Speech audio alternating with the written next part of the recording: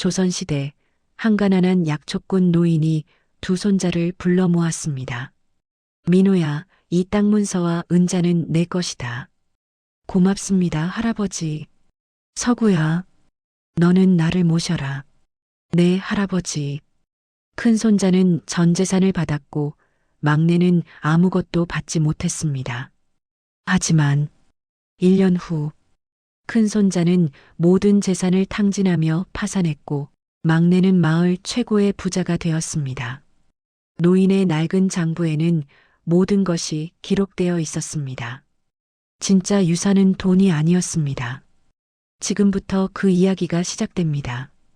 한양에서 사흘거리 떨어진 청운 마을 산자락 끝자락에 홀로 사는 약초꾼 노인 강봉수가 살고 있었습니다. 평생을 산을 오르며 약초를 캐고 팔아 생계를 이어온 그는 이제 여든을 바라보는 나이가 되었습니다. 마을 사람들은 그가 가진 것이라고는 낡은 오두막과 텃밭 한 떼기 그리고 약초 말리는 실렁뿐이라고 여겼습니다. 어느 가을날 마을에 소문이 퍼졌습니다. 노인이 두 손자를 불러 모아 유산을 나눈다는 이야기였습니다. 사람들은 고개를 가로저었습니다. 유산이라고 해봤자 뭐가 있겠어. 그저 낡은 집 한 채뿐일 텐데. 하지만 일부 사람들은 달리 이야기했습니다. 아니야, 그 노인이 평생 돈을 모았을 거야. 약초 장사로 꽤 벌었다던데. 소문은 소문을 낳았고 마을 전체가 노인의 유산 분배를 주목하게 되었습니다. 노인에게는 2명의 손자가 있었습니다. 큰 손자 강민호는 마을에서 작은 주막을 운영했고 막내 손자 강서구는 품팔이로 근근히 생계를 이어가고 있었습니다. 사람들은 두 손자의 태도에 대해서도 수군거렸습니다. 큰 손자는 할아버지께 명절 때나 한 번씩 들르더니만 막내 손자는 매일 산에 올라가 할아버지 일손을 돕는다더라. 재산 분배가 끝난 후 마을에 또 다른 소문이 퍼졌습니다. 큰 손자는 할아버지의 오두막과 텃밭 그리고 작은 돈주머니를 받았고 막내 손자는 할아버지를 모시기로 했다는 것입니다. 마을 사람들은 의아해했습니다. 노인이 정신이 온전한가? 막내만 손해보는 것 아닌가? 하지만 아무도 그 결정이 두 손자의 운명을 어떻게 바꿀지 예상하지 못했습니다. 그해 봄 아내를 여의고 홀로 지내던 노인에게 큰 손자 민호가 찾아왔습니다.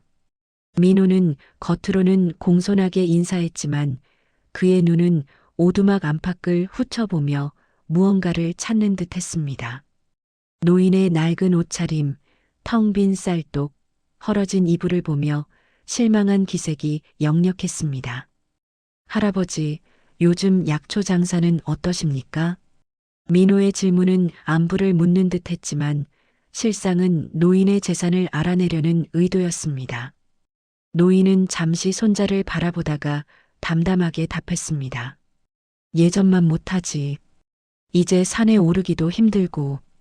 민호는 오두막 구석구석을 둘러보았습니다. 약초 실렁, 낡은 괴짝, 부엌의 옹기들. 어디에도 재산이 숨겨져 있을 만한 곳은 보이지 않았습니다. 1시간쯤 앉아있던 민호는 주막에 일이 있다며 서둘러 돌아갔습니다. 마당에 낙엽조차 쓸지 않고 떠나는 그의 뒷모습을 노인은 말없이 지켜보았습니다. 그날 오후 막내 손자 서구가 찾아왔습니다. 그는 등짐에 나무 한 짐을 지고 왔고 손에는 아내가 담근 김장김치 항아리를 들고 있었습니다. 할아버지, 저희 집에서 김장했는데 가져왔어요. 노인은 손사래를 쳤습니다. 너희도 먹을 게 없을 텐데 왜 이런 걸 가져오느냐? 하지만 서구의 아내는 웃으며 말했습니다. 저희는 또 담그면 되는데 할아버지께서 드셔야죠. 서구는 나무를 장작으로 쪼개어 아궁이 옆에 차곡차곡 쌓았습니다. 그의 아내는 마당을 쓸고 텃밭에 물을 주며 노인의 낡은 적삼에 해진 곳을 기워주었습니다. 두 사람은 말없이 묵묵히 일했고 노인은 그 모습을 지켜보며 눈빛 속에 무언가를 품었습니다. 해가 질 무렵 서구 내외가 돌아간 후 노인은 홀로 오두막에 앉아 생각에 잠겼습니다. 그리고 낡은 괴짝에서 한 권의 장부를 꺼냈습니다. 장부에는 날짜와 이름 그리고 짧은 기록들이 빼곡히 적혀 있었습니다. 노인은 붓을 들었다가 내려놓으며 혼잣말했습니다. 아직은 때가 아니로구나. 며칠 후 노인이 텃밭에서 쑥을 캐고 있을 때 큰손자 민호가 다시 찾아왔습니다. 그는 할아버지, 날씨가 참 좋네요라고 말하며 마루에 걸터 앉았습니다. 하지만 노인을 도우려 하지 않고 그저 치마에 묻은 흙을 털어내며 주막 이야기만 늘어놓았습니다.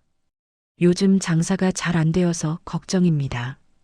쌀값도 오르고 인건비도 만만치 않고 민호는 돈 이야기를 꺼내며 넌지시 노인의 반응을 살폈습니다. 하지만 노인은 아무 말 없이 쑥을 캐는 손을 멈추지 않았습니다. 한참을 앉아있던 민호는 주막에 손님이 올 시간이라며 마당도 쓸지 않고 돌아갔습니다. 그날 오후 막내 손자 서구가 찾아왔습니다. 그는 인사보다 먼저 노인 옆에 쪼그리고 앉아 텃밭의 풀을 뽑기 시작했습니다. 말없이 일하는 그의 이마에는 땀방울이 맺혔고 노인은 그 모습을 보며 고개를 끄덕였습니다. 해질녘 서구가 돌아간 후 노인은 다시 장부를 꺼냈습니다. 그는 큰 손자와 막내 손자라는 이름 옆에 작은 글씨로 그날의 행동을 기록했습니다. 일을 돕지 않는 자, 묵묵히 일하는 자. 노인의 시험은 이제 막 시작되었습니다. 가을비가 내리던 어느 날 마을 이장이 노인의 오두막을 찾아왔습니다. 지붕이 여기저기 뚫려 비가 새는 것을 본 이장은 걱정스러운 표정으로 말했습니다. 봉수 영감, 이 지붕을 어서 고쳐야겠소. 겨울 되기 전에 손을 봐야 할 텐데. 노인은 담담하게 고개를 끄덕였습니다. 알고 있네만 돈이 없어서 말일세. 이장은 안타까운 표정으로 돌아갔고 그 소식은 곧 마을에 퍼졌습니다. 며칠 후 막내 손자 서구의 아내가 노인을 찾아왔습니다. 지붕에 구멍을 보고 깜짝 놀란 그녀는 남편에게 달려가 말했습니다. 여보, 할아버지 집 지붕이 저렇게 뚫려 있어요. 겨울 되면 큰일 나요. 서구 내외의 살림도 넉넉하지 않았습니다. 하지만 그들은 머리를 맞대고 의논했습니다. 결국 서구는 사흘 동안 품을 더 팔아 돈을 마련했고 그의 아내는 마을 여인들에게 바느질을 해주며 돈을 모았습니다. 닷새 만에 간신히 모은 돈으로 기와를 샀고 목수를 불러 지붕을 수리했습니다. 할아버지, 이제 비가 와도 괜찮으실 거예요. 서구의 아내가 땀을 닦으며 웃자 노인은 깊은 눈빛으로 그녀를 바라보았습니다. 고맙구나. 너희가 고생했겠다.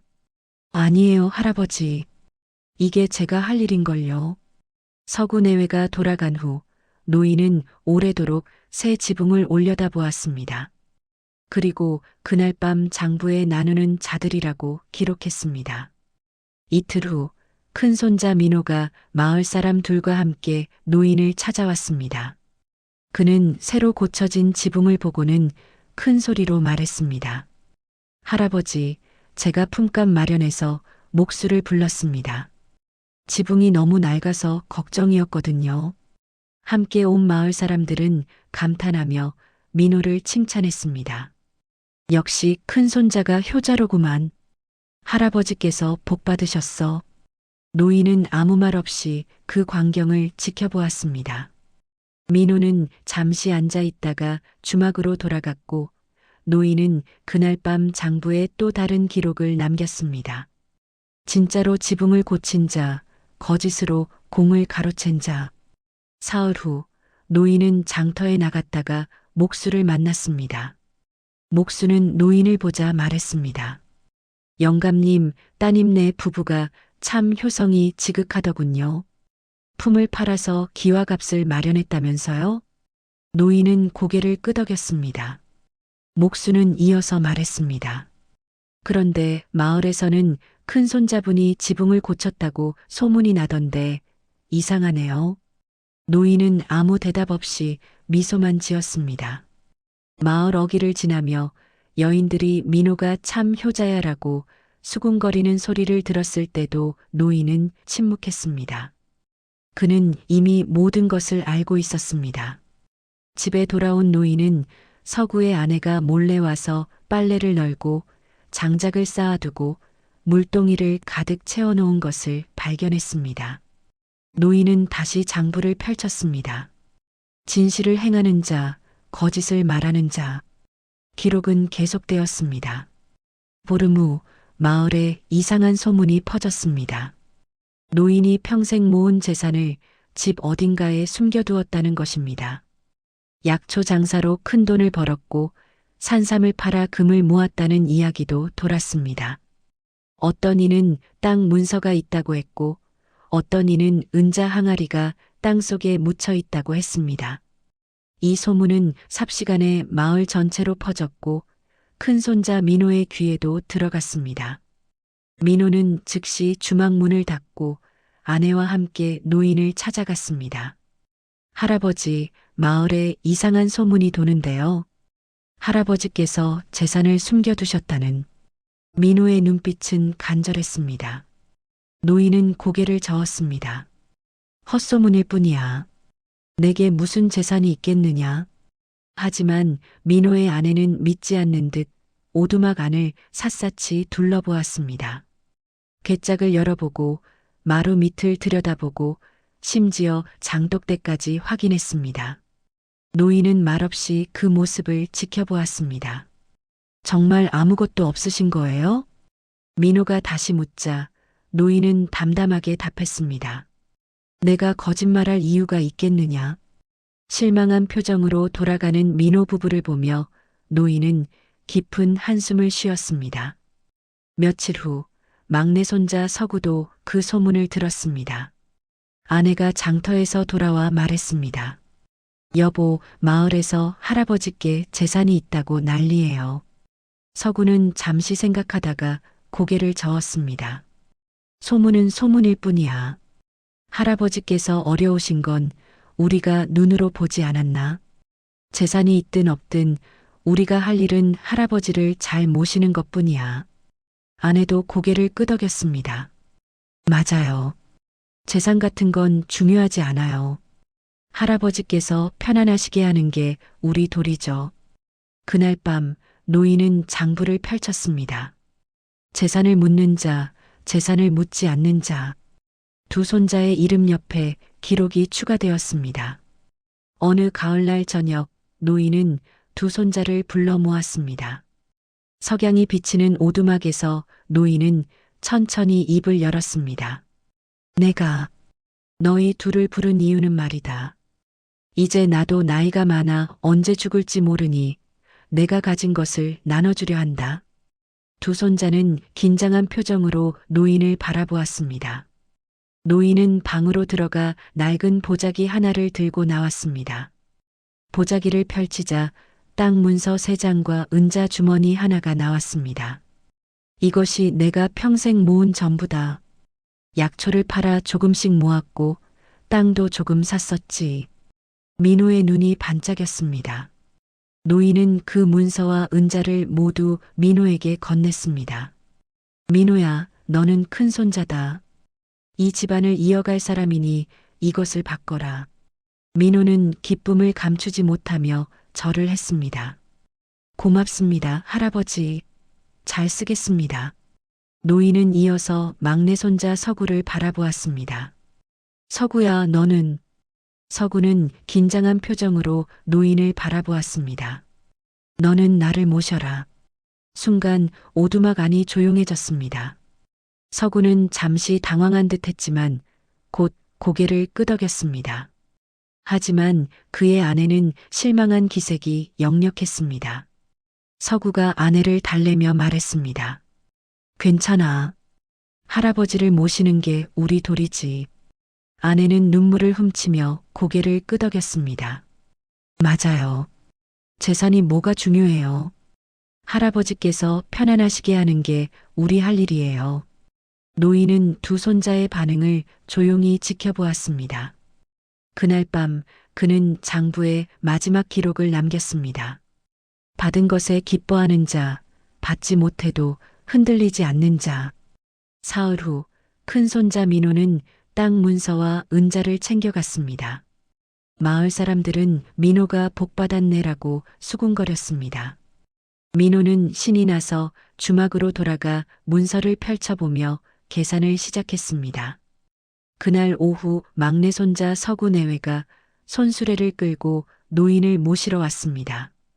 서구의 아내는 노인의 낡은 짐을 정성스럽게 챙겼고 서구는 노인을 수레에 태웠습니다.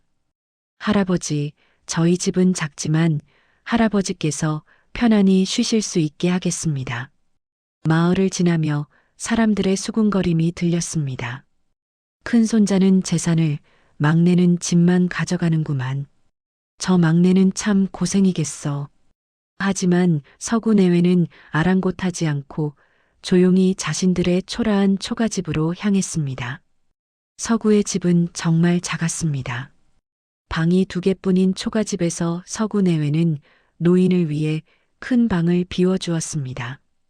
그들은 부엌 옆에 좁은 쪽방으로 거처를 옮겼습니다. 할아버지, 이 방을 쓰세요.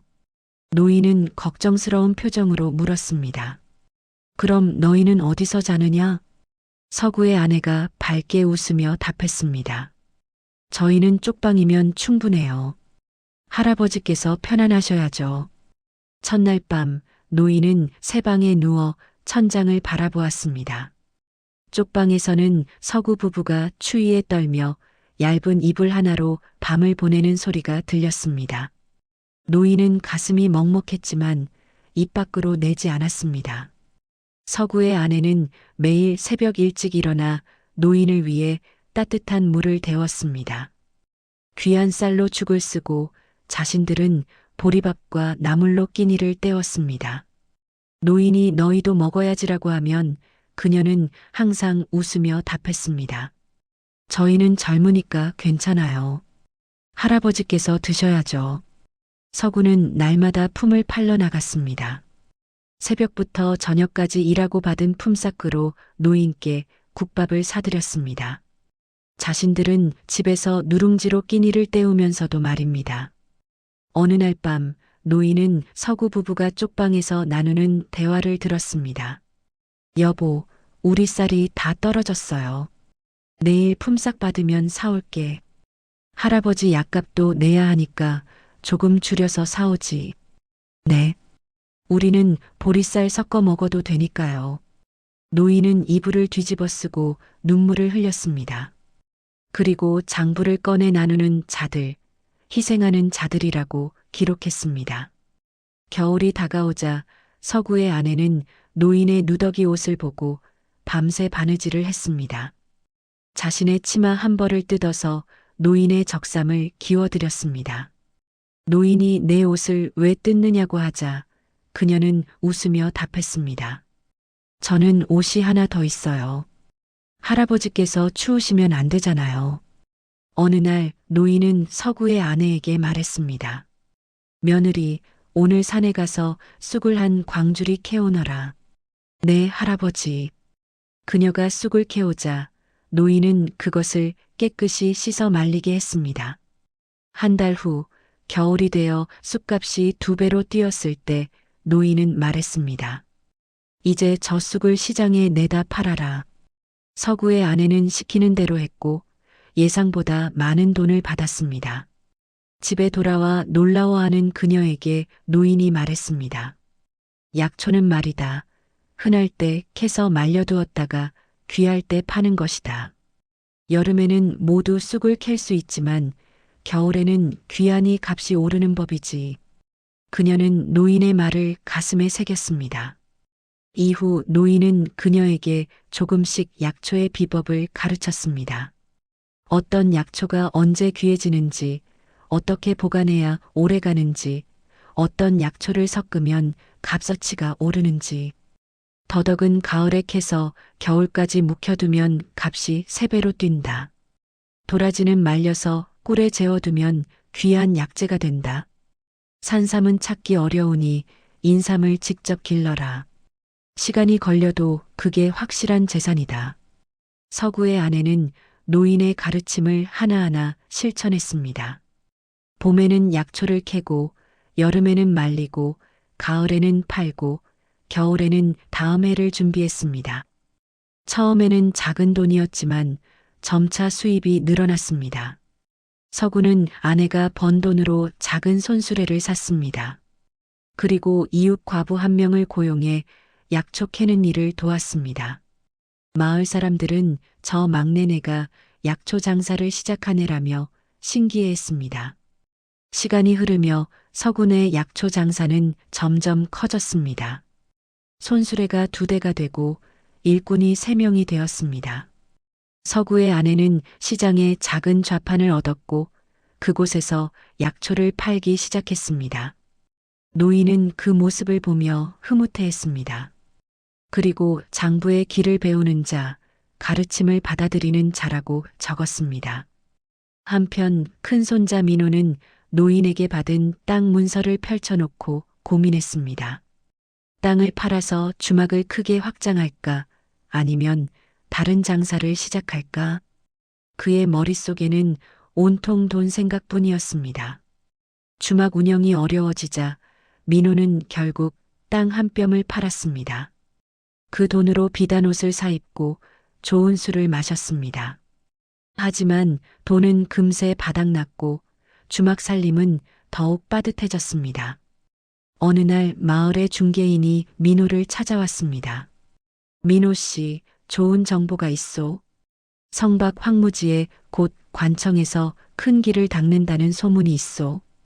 그 땅을 지금 사두면 값이 10배는 뛸 거요. 민호의 눈이 반짝였습니다. 정말입니까? 내 말을 믿으시오.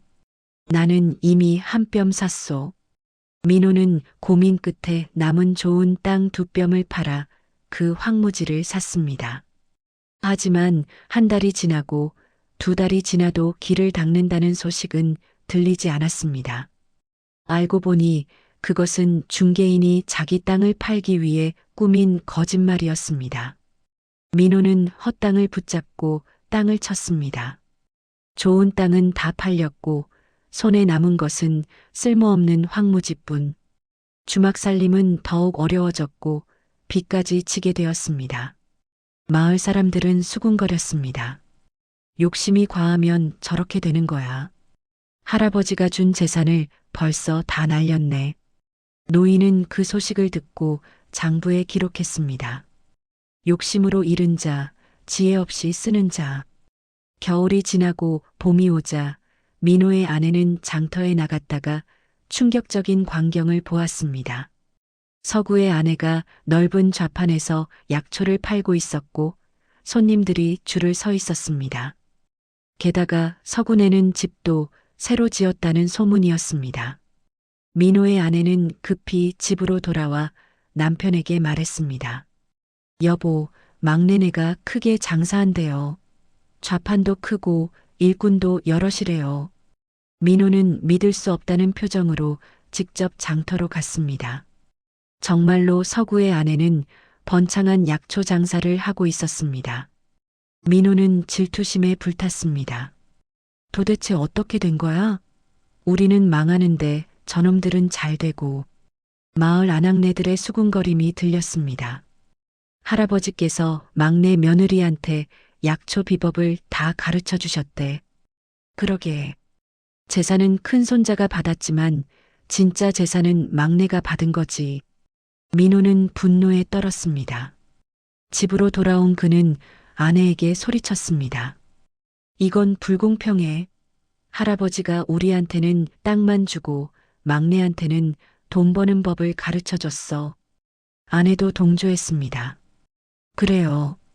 우리가 피해를 본 거예요. 저 약초 장사는 원래 우리 것이었어야 해요. 민호는 마지막 남은 땅마저 팔아 생계를 이어갔지만 돈은 금세 바닥났습니다. 주막도 빚 때문에 문을 닫아야 할 처지였습니다. 절박해진 민호 부부는 극단적인 생각을 하기 시작했습니다. 막내네 장사를 망쳐야 해. 그래야 우리가 살 수 있어. 민호의 아내는 계획을 세웠습니다. 시장에서 상한 약초를 몰래 사들여 밤중에 서군의 좌판에 섞어 놓기로 한 것입니다. 어느 달 없는 밤 그녀는 조심스럽게 장터로 갔습니다. 좌판 주위를 살핀 후 상한 약초를 건강한 약초 사이에 섞어 놓았습니다. 이튿날 손님 하나가 화를 내며 서구의 아내를 찾아왔습니다. 이게 뭡니까? 이 약초는 다 썩었잖아요. 서구의 아내는 깜짝 놀랐습니다. 그럴 리가 없는데요. 제가 직접 확인한 건데. 하지만 확인해 보니 정말로 상한 약초가 섞여 있었습니다. 소문은 삽시간에 퍼졌습니다. 서군의 약초 장사가 불량품을 판다더라. 손님들이 하나둘 떠나기 시작했습니다. 민호의 아내는 여기서 멈추지 않았습니다. 서군의 장부를 훔쳐 몇 장을 찢어냈습니다. 그리고 관아에 가서 거짓으로 고발했습니다. 서군애가 세금을 제대로 안 내고 불량 약초를 팔아 사람들을 속이고 있습니다. 아전이 조사를 나왔습니다. 실제로 장부가 찢어져 있었고 상한 약초도 발견되었습니다. 서구의 아내는 억울함을 호소했지만 증거가 부족했습니다. 저는 그런 적 없어요. 누군가 모함하는 겁니다. 하지만 아전은 믿지 않았습니다. 증거가 있는데 무슨 소리요? 관아에 출두하시오. 거래처 주인들도 하나둘 연락을 끊었습니다. 서군의 약초 장사는 큰 위기에 처했습니다. 서구 부부는 절망했고 서구의 아내는 밤마다 울었습니다. 노인은 이 소식을 들었습니다. 그는 조용히 중얼거렸습니다. 때가 왔구나. 사흘 후 노인은 직접 관아로 갔습니다. 아전 앞에 선 노인은 낡은 보자기를 풀었습니다. 그 안에서 여러 권의 장부가 나왔습니다. 이것을 보시오. 장부에는 서군애가 세금을 정확히 낸 기록, 약초를 정직하게 거래한 내용이 빼곡히 적혀 있었습니다. 노인은 설명했습니다. 내가 며느리한테 장부를 2권씩 쓰라고 가르쳤소. 하나는 장사용, 하나는 증거용. 며느리는 매일 저녁 나한테 와서 그날의 거래를 보고했고 나는 이 장부에 기록했소. 아전은 놀란 표정으로 장부를 살폈습니다. 모든 기록이 명확했습니다. 노인은 계속 말했습니다. 그리고 나는 좌판 근처 노점 주인에게 부탁해서 밤마다 지켜보게 했소. 누군가 몰래 다녀간다는 보고를 받았지. 노인은 또 다른 종이를 꺼냈습니다. 거기에는 밤중에 좌판에 다녀간 사람의 특징이 적혀 있었습니다. 키, 옷차림, 걸음걸이 모두 민호의 아내와 일치했습니다. 좌판 문틈에 재를 뿌려 두었더니 발자국이 찍혔소. 그 발자국을 따라가니 큰손자 집으로 향하더군. 아전은 즉시 민호의 아내를 불러 조사했습니다. 증거가 명확하자 그녀는 결국 자백했습니다. 죄송합니다. 제가 잘못했어요. 마을은 발칵 뒤집혔습니다. 큰손자 며느리가 막내를 모함했다는 사실에 사람들은 경악했습니다. 서구의 아내는 모든 혐의를 벗었습니다. 거래처 주인들이 찾아와 사과했고 손님들도 다시 돌아왔습니다. 서구의 아내는 눈물을 흘리며 노인에게 절했습니다. 할아버지, 고맙습니다. 노인은 그녀의 손을 잡으며 말했습니다. 내 잘못이 아니다. 정직하게 살았으니 하늘이 지켜준 것이다. 민호는 아내를 데리고 노인 앞에 무릎을 꿇었습니다. 하지만 노인은 아무 말도 하지 않았습니다. 그는 그저 두 사람을 바라만 보았습니다. 그날 밤 노인은 장부를 펼쳤습니다. 공을 가로챈 자, 거짓으로 고발한 자, 욕심으로 타인을 해한 자. 민호에 대한 기록이 완성되었습니다. 보름 후 노인은 다시 두 손자를 불러 모았습니다. 서구내의 새 집 마루에 앉은 노인은 조용히 말문을 열었습니다. 내가 너희에게 재산을 나눈 지 1년이 되었구나. 민호는 고개를 숙이고 있었고 서구는 노인을 바라보았습니다. 민호야, 너는 무엇을 받았느냐? 땅 문서와 은자를 받았습니다. 그것으로 무엇을 했느냐? 민호는 대답하지 못했습니다. 노인이 말을 이었습니다. 너는 땅을 받았다. 그것은 돈이었다. 하지만 돈은 쓰면 없어진다. 너는 그 돈으로 욕심을 채우려 했고 결국 모든 것을 잃었다. 노인은 서구를 바라보았습니다. 서구야, 너는 무엇을 받았느냐? 서구는 잠시 생각하다가 답했습니다. 아무것도 받지 못했습니다. 노인은 고개를 저었습니다. 아니다. 너는 가장 큰 것을 받았다. 길을 받았다. 노인은 서구의 아내의 손을 잡았습니다. 약초는 흔할 때 캐서 귀할 때 파는 것. 계절을 알고 사람이 필요한 것을 아는 것. 정직하게 장사하고 손님을 속이지 않는 것. 그것이 진짜 재산이다. 노인은 품에서 또 다른 보자기를 꺼냈습니다. 안에는 은자와 문서가 들어 있었습니다. 이것이 내가 진짜로 모아둔 재산이다. 오늘부터 이것은 서구 너의 것이다. 서구 부부는 놀라 손을 내저었습니다. 할아버지, 이건 너무 큰 것입니다. 하지만 노인은 고개를 저었습니다. 아니다. 너희는 이미 증명했다. 아무것도 없어도 어떻게 사는지, 남을 어떻게 대하는지, 너희는 진짜 재산을 만들 줄 아는 사람들이다. 노인은 민호를 바라보았습니다. 민호야, 내가 너에게 땅을 준 것은 시험이었다. 돈을 어떻게 쓰는지, 욕심을 어떻게 다스리는지 보려고 했다. 하지만 너는 실패했다. 민호는 눈물을 흘리며 고개를 숙였습니다. 노인은 계속 말했습니다. 하지만 아직 늦지 않았다. 서구야, 너는 내 형을 도와주어라. 가족은 버리는 것이 아니다. 며칠 후 서구의 아내는 쌀과 반찬을 들고 민호의 집을 찾아갔습니다. 문을 연 민호의 아내는 놀란 표정으로 서 있었습니다. 형님, 들어가도 될까요? 민호의 아내는 눈물을 흘리며 말했습니다. 미안해요. 정말 미안해요. 제가 너무 잘못했어요. 서구의 아내는 그녀의 손을 잡았습니다. 다 지난 일이에요, 형님. 할아버지께서 가족은 버리지 말라고 하셨어요. 형님, 약초 장사 배우고 싶으시면 언제든 오세요. 민호의 아내는 몇 날 며칠을 고민하다가 결국 서군의 좌판을 찾아갔습니다. 처음에는 서툴렀지만 서구의 아내는 정성껏 가르쳐 주었습니다.